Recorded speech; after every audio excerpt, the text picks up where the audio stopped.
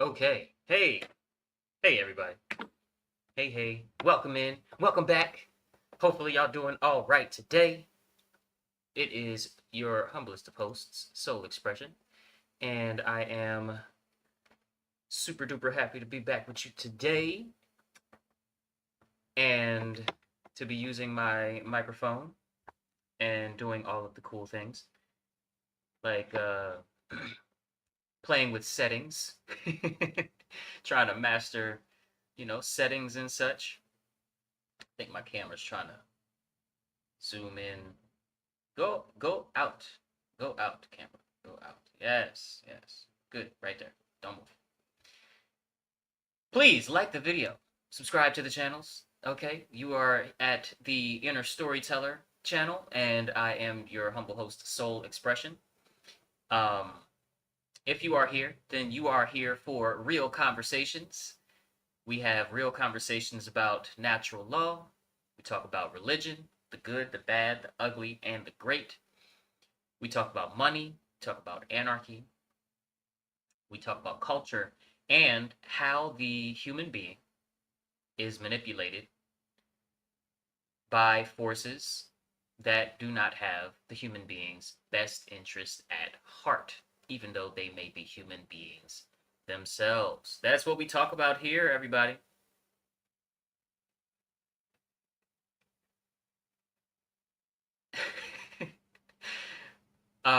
I say we talk about religion, but we are not bashing faith systems here. We are not calling people stupid for having a faith system or for having a religion. I believe that human beings must, and not even just human beings, intelligent beings that have the power of reason and can weigh the logical and moral consequences of their actions more than the animal kingdom, what we call the animal kingdom. Um, Anybody intelligent enough to do that, like we do, or better, must orient themselves toward some sort of belief. You cannot go through life, you cannot experience the story of your life without orienting yourself towards belief. So we're not bashing faith systems. We are simply analyzing and examining the psychological affects and effects of the stories that we have the most faith in, the ones we have the most stake in, and how those stories help shape society. Now, and that examination sits right alongside an honest look at the current human condition, which of course is slavery. Government is slavery. And the question that we have to keep coming back to is what can actually be improved with a proper understanding of the inner storyteller and how it works. Now, if any of that makes you a little uneasy, a little angry, or just uncomfortable in any way, please be assured that although you are 1000% encouraged to stay and have a good time here on the channel, you are, of course, welcome to leave right after you like the video.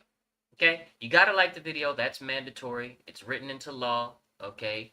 18 USC 700,565 million gajillions, point 3, section A says you have to like the video. Okay? So like the video, follow the law, and and let's get into today's topic. Today we are talking about the distance between the choice and the consequence. Okay, the distance between the choice and the consequence. I was just thinking to myself how there's a bit of a parallel going on right now, a cycle, something that is well studied from our past that we seem to be cycling back through these days, which is the data center scare, right? This next phase of technological, what we may call advancement, is opposed by people of sane mind, of a sane mind, okay? Opposed by people who do not want the environmental and human rights consequences that come with the data centers, and they're being built here in the United States. At the same time, something that has been going on for very, very long time, okay, is the mines in the Democratic Republic of the Congo, aka Zaire. This contrast between our ability to pay attention when consequences may be at our front door and our inability to keep paying attention when it matters.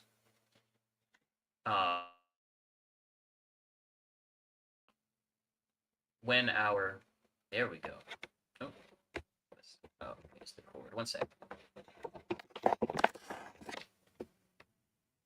Check, check. Okay.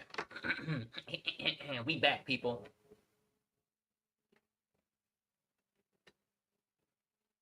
We back. Our inability to keep paying attention when the consequences are not right at our front door. Okay? So, let's get into it. I hope I don't get super duper loud. It sounds very, very clear when I'm speaking directly into the mic. So I'm going to try to stay around this close.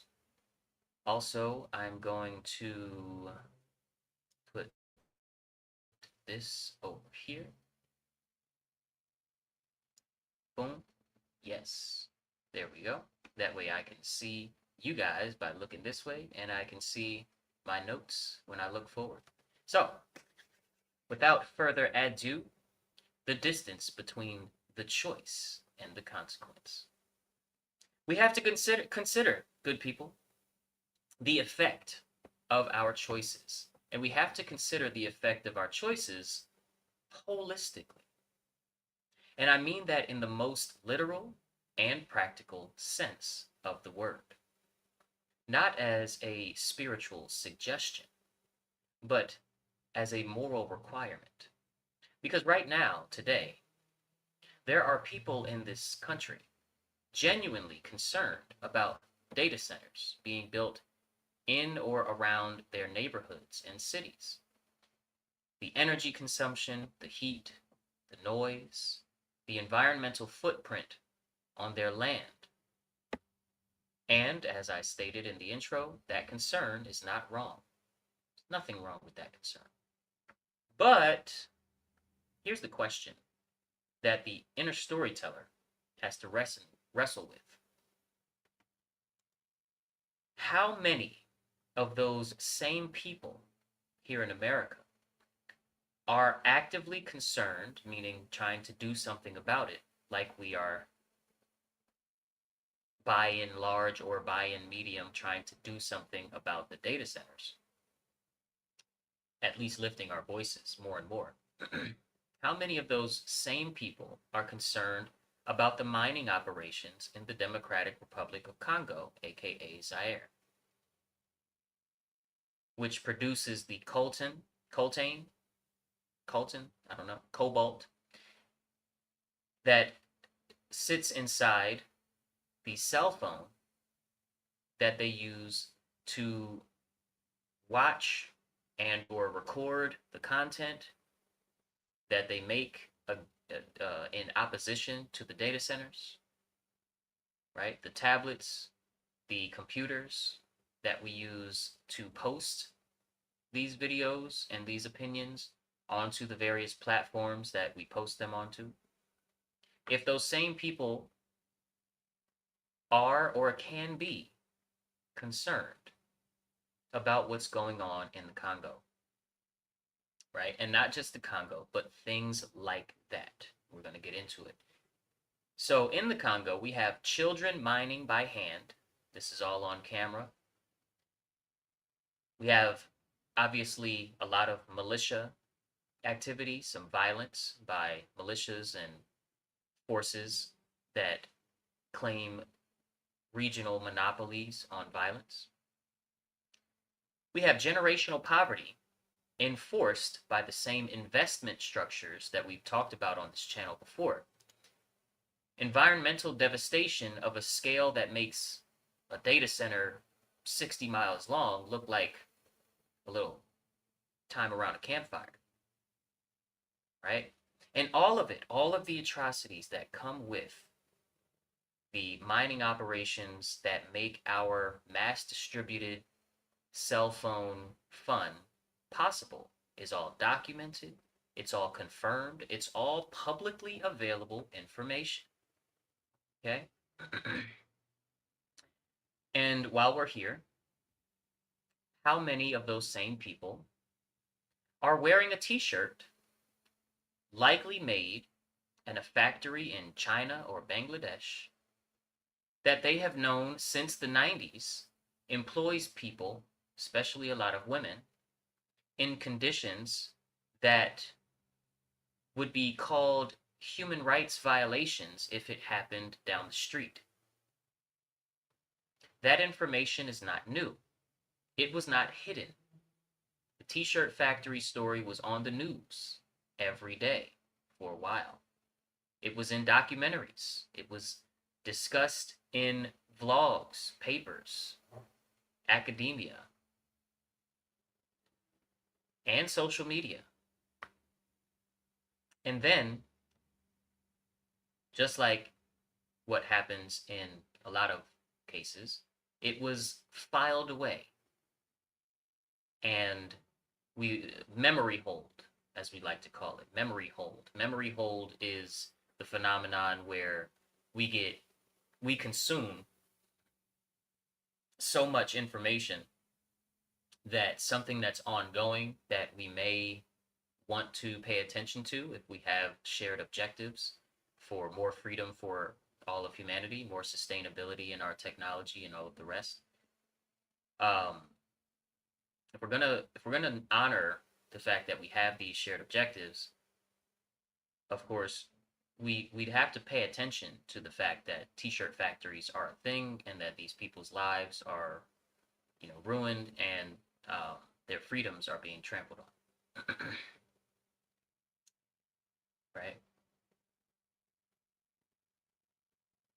But when we're memory hold, when memory holding happens, pardon me, it's almost like those parts of the story are put into a large ditch, a large hole, 600 feet deep, and they're just put down there to be forgotten forever. Now, in reality, the t-shirt is bought, right? And then the next one, and the next one after that. And while we're still here, how many of those same people pay taxes without any questions, without researching taxes, pay taxes year after year to a government, United States government, or the IRS, whatever you want to call it, because a lot of people say that the IRS is not even a part of the government. Sure, I'll give you that. Whatever. You pay the taxes to the IRS and it gets to the government. Year after year, a government that dropped 2 atomic bombs on civilian populations in Japan against the will of the people. Not even, that doesn't even matter, really. That is against the will of the people, against moral standard, very easy moral standard to live by, against that. 2 atomic bombs dropped on civilian populations in Japan. Again, not military targets, not combatants, as we like to call them, okay, which are humans too, but not combatants. Cities, Hiroshima, Nagasaki. Hundreds of thousands of people. And the justification for it has been rehearsed so many times through so many history classes, through so many approved narratives, even, that most Americans have filed into the drawer in their mind called necessary evil, right? It gets filed into the necessary evil drawer without us ever really examining who wrote that label and why did they write that label. Really, why did they do that? Why did they create this illusion? I'll call it an illusion of necessary evils. Who did it benefit? Who does it continue to benefit? Who is the beneficiary of our adoption of the idea that something like an atomic bomb dropped twice on two different cities, mind you, can be classified as necessary evil? Now, these three issues, okay, the mining in the Congo, the t-shirt factories in China, Bangladesh, and other places, the bombs, they're not really separate issues, right? Not really. They are the same one issue wearing three different faces. And the issue is we have been conditioned to draw the circle of moral concern exactly wide enough to include what is locally visible and personally inconvenient to the concerned party. And no wider do we draw that circle. Meaning we have our eyes closed to the suffering of people who are outside of our direct sphere of influence and whose suffering does not inconvenience us in the slightest. We don't see them. That is by our own choice not to see them. We choose to look away every day.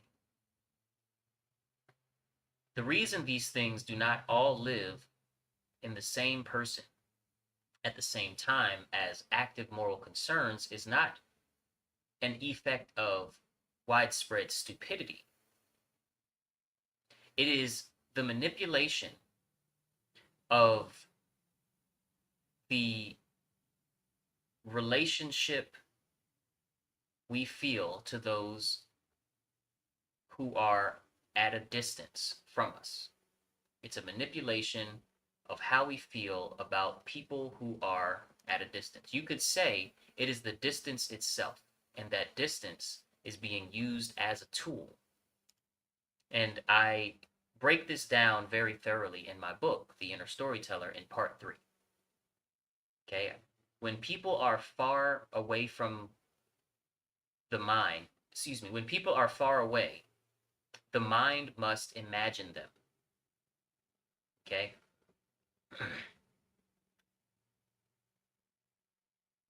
Even when we have pictures and videos of the suffering of others who live far away from us, we still have to imagine what their everyday scenario is like, right? We're not following somebody overseas like the Truman Show. They live in our imagination, and imagination is fertile ground for manipulation, right? If I never have to look at the Congolese child in person, if I never have to hear their cries with my own ears, or if I only have to do so when I choose to do so because I'm doom scrolling on my phone, looking for a dopamine hit of some kind. If the supply chain between that mind and my pocket is deliberately opaque, if the factory worker in Shenzhen never appears in my feed except as a statistic in an article that I scroll past without reading, then my inner storyteller never has to process my connection to any of it, even if my connection is a direct connection. The story about those people, if it exists at all, was written by someone else and handed to me already processed, already labeled. already ready to be filed in the correct drawer that allows their actions in the order giver class to go unexamined, unquestioned, and to be followed without rebellion and without resistance. Case closed, done. Now, of course, it's my opinion, that's not by accident. Okay? The distance is maintained on purpose, right? Not that somebody is physically pushing us away from each other, but the distance is maintained as far as when you are able to see them, you are also able to see 500,000 advertisements for things that people are trying to sell you. You're also able to see 500 more local tragedies that people say you should care about more or whatever. You know, all of that. Right? And then there's the for those who are pretty smart and pretty crafty when it comes to ignoring the suffering of others and using their intelligence to come up with sophisticated excuses. There's also the fact that our supply chain for all of our goods that we have in all of our shopping malls and all of our shopping centers and places that we can get our products, as well as Amazon warehouses and whatnot, right? All of the places that all of this slave labor produces house all of the products that are a result of this labor. That if the economy or economies of these other countries fails too much, and or very powerful nations go to war on a humanitarian missionary mission and shut down all operations that are essentially slavery, then the economies of the world shut down, right? The economies break, and irreparably break. They break and they shatter. And that would mess up the money system, the monetary value religion so bad that they don't even want to think about what it may result in. Okay? And this is where our obedience to these people has to enter the picture and has to be addressed. Because data center protests, t-shirt purchases, paying our taxes, they're all products of the same conditioning. The person protesting the data center has been conditioned to act within the system's permitted channels, right? You petition, you protest, you vote, you write your congressman, you write your senator, you write your local representative. That is obedience with the face of activism, right? It feels like resistance, yet it operates entirely within the boundaries of the system set for what resistance is allowed to look like and is allowed to consist of. And you are called unreasonable if you inch too close to giving them a taste of their own medicine in your resistance, even though real people and real lives are being badly harmed. The people within the subjects to the jurisdiction of the United States or the state of whatever, the state of New Hampshire, the state of Texas, those people, the citizens, the civilians, the subjects, will defend the government doing the harming, again, because of the apathy and the ignorance of the suffering of other people. They will defend the system from you if you try to raise the bottom line of resistance too close to giving the government, the people that run the government. Okay, government is just paperwork. The actual government only exists in symbol, in words. words and written word and building. That's all that the government, the actual governing happens through people, right? People that have a monopoly on the right to use physical force against other people.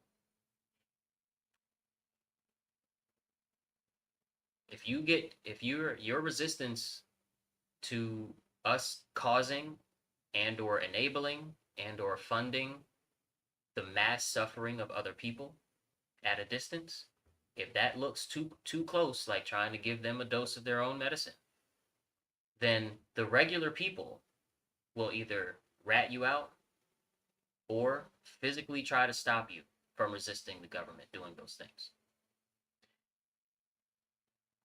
Another thing we have to look at, the person buying the t-shirt has been conditioned into a different but related posture. They say, well, I can't afford the ethical option, right? Or they say, well, everyone buys these t-shirts. Everybody buys these t-shirts. The system is too big to fight with my shopping cart, right? Those are just obedience statements dressed as practical living and pragmatism. The person paying the taxes without examining where the money goes, how the tax system actually works. If there is and has been fraudulent activities done by public offices that deal with taxes, without examining any of that, has been conditioned into perhaps the deepest, darkest posture of all, which is, well, that's just what you do. You have to. You have no choice but to obey those laws. Refusing would be worse than resisting. Excuse me, refusing would be worse than anything else. So instead of refusing and trying different solution approaches, we're just going to go along to get along, because any refusal will be a worse outcome and likely it won't work, right? That's the mindset. That's the conditioning. And that may be somewhat true in a practical sense for an individual working alone. But the inner storyteller work is not asking about whether you yourself can afford not to pay your taxes. And I am not advising anybody to just stop paying taxes by way of pretending that the IRS no longer exists tomorrow, and you just wake up and then from now on you just pretend they don't exist. I'm not advising anything. I'm not a tax professional to do so. Okay? The inner storyteller work is asking whether or not you have ever genuinely sat with the fact that a portion of what you earn goes towards a military apparatus and a government apparatus that has, in living memory and documented history, of course, done things that would be called atrocities, terrorism, and crimes against humanity if any other country had done them to the citizens of our nation, what we call a nation, of people within our fake borders. Okay? And whether you have ever examined the story that told you that was normal, right? That's also a big contentious part. Whether or not you have ever examined the story that normalized the suffering of others at the hands of our government and continuing to pay taxes to that government. Whatever normalized that story was never really examined by you. John Taylor Gatto, who we talk about on this channel a lot, an old New York City former teacher, who he was, first of all, he was awarded the highest award that the state could give to teachers. He was named Teacher of the Year by his city 3 times in a row, and in 1991 he was named Teacher of the Year from the state of New York. And in that year, he indicted the school system, resigned as a teacher, and released his book. I don't know if he released the book in 1991, but he released his material shortly thereafter, explaining exactly how the school system was really designed, the 7 hidden lessons that the students are getting, and he talked about that the hidden lessons produce a person whose moral concern is local, conditional, and filtered through authority. Right? You care about what you've been shown, and you only care about what you've been shown by authority figures. You act through channels you've been given. You don't follow the supply chain back to its source because nobody taught you that was a part of your assignment. You don't question the taxes because the teacher never asked what Frederick Douglass would have paid, whether or not Frederick Douglass would have paid it. Right? You don't question things that came through a story that normalized the behavior if the story came from authority. Because our conditioning, when it comes to the religion of man's authority, is so successfully set up. And this is what I mean when I say obedience is one of the primary ingredients holding the whole system together, meaning we are more morally culpable for the evils that the order giver class is responsible for giving the orders of. You know, they give the orders, and they're hella evil for that, for even thinking of the orders and having the audacity to give such orders. But we follow the orders. And the order follower is more morally culpable than the order giver in almost all scenarios. Because the action, the physical manifestation of the atrocity that takes place at the hand of the order follower, not the order giver. Unless they're the same person, of course. So, and I don't just mean obedience to a law, right? But obedience to the borders of your own imagination when your own imagination is manipulated by lawmakers. Obedience to the story about how far your responsibility extends. Obedience to the comfortable fiction that your choices are local when the consequences are global and immediate for people you will never see. The inner storyteller work demands something harder than protesting. It demands that you follow the chain all the way back. How did I get this shirt? Right? You follow the chain all the way back, and not just following the money, although that's a big part of it, and you should do your due diligence, but past the store, past the manufacturer, past the distributor, past the investment firm, past the history class, all the way back to the physical mine where the obedient class at the mine is a bunch of children getting hurt as far as, physical blunt traumas in these mines, going insanely crazy due to a lack of love and a lack of being raised and a lack of their innocence being honored and all of that, right? Just the mental torture of child labor, especially hard child labor, right? You got to go all the way to Hiroshima. You have to ask, is the story that I'm choosing to tell myself regarding these situations a story that I chose? Or is it a story I was handed that conveniently allows me to remain an obedient order follower without a guilty conscience? Was I handed a story before I was old enough to ask where it came from, and did I accept the story as true by ignoring the contradictory facts that I learned growing up?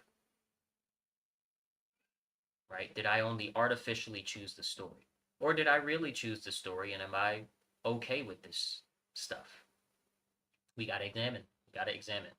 Because holistic thinking is not a personality type. Holistic thinking is not and will never be merely a political position. It is the basic moral requirement of a conscious being and or conscious society living in an interconnected world. And the fact that it feels radical that connecting the data center to the Congo or the t-shirt factory or the taxes that we pay to a country that commits a whole bunch of atrocities overseas through its military, the fact that that feels like too much, like asking too much, is itself the most precise measurement that we have of how deep the conditioning actually runs. So, one thing that I want to leave you guys with today is, hold on, I'm trying to put my little tab back in its place here. One thing that I want to leave you guys with is my thoughts. Oh, there we go. Oh, might not hit it, and then add me back. There we go. And then we can stop the sharing. Ahaha! And now I just need to make me big. Here I am. Hello, everyone.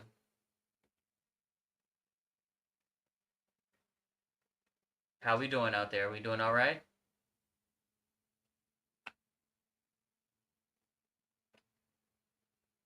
All right, we're doing good.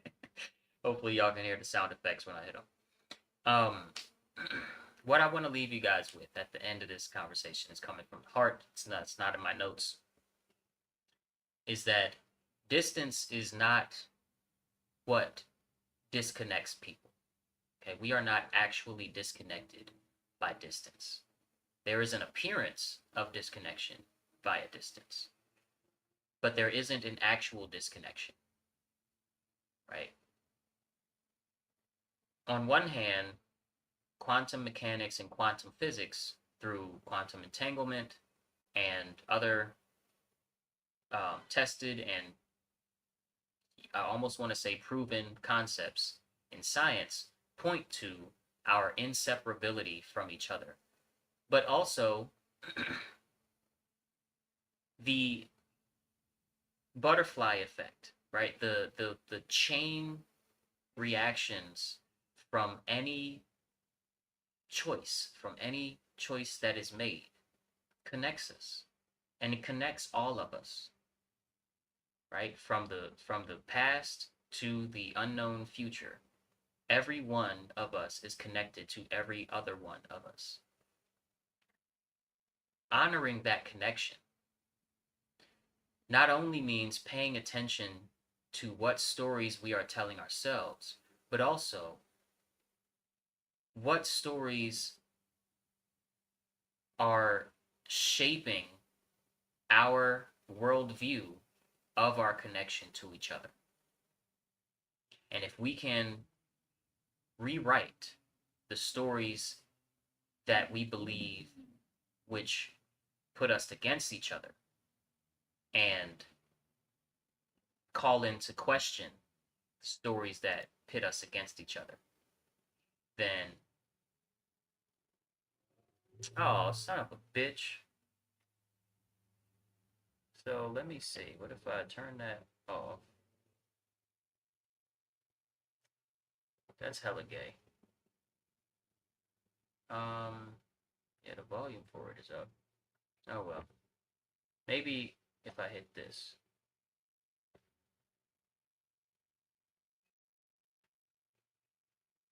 Can y'all hear those? Can y'all hear them now? If I have that, I hope y'all can hear them now. Let me know in the comments. I got a live comment that said, I can't hear any sound effects, but I can hear you clearly, and that's hella gay. But that's also because I'm by myself. I'm just, nobody has time. Nobody has a whole bunch of people that also have time that can. Oh yeah, that sucks. That pisses me off. That the sound effects are not coming through the video. But nobody has time to help me with my, to just be there helping people all the time. It is literally not a thing that people have.